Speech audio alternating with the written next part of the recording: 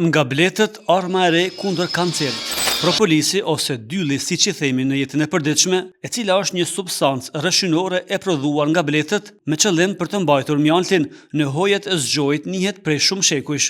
Në mjekësinë popullore, për shkak të përdorimit të saj të shumtë kundër sëmundjeve të sezonit të ftoftë si ftohjet, dhimbjet e fytit apo alergjitë e ndryshme. Por kohët e fundit, kjo substancë prodhuar nga bletët është bërë objekt i një studimi që synon t'i jap statusin e një ilaçi kundër qelizave kancerogjene që shkaktojnë kancerin e prostatës. Eksperimenti është ushtruar mbi disa minj, nga ka rezultuar se te ato kafsh që u trajtuan me substancën propolis vihej re një reduktim në masë i tumorit të prostatës. Sipas studiusve, nëse minjt ushqeshin çdo ditë me propolis, qelizat kancerogjene pushojnë së rrituri. Përkundrazi, në momentin që trajtimi me këtë substancë ndërpritej, fillon përsëri zhvillimi i tumorit. Sipas studiusve, nuk është se me këtë substancë shkatërrohet kanceri, por qelizat kancerogjene pushojnë së rrituri dhe në këtë mënyrë mund të kapet në kohë sëmundja përpara se të përparojë. Kështu, aftësia për të mbajtur në mbikëqyrje rritjen e tumorit bën që ai të mund të trajtohet me kujdes dhe të ekzistojë një shans më shumë për të pasur sukses në shkatërimin e tij.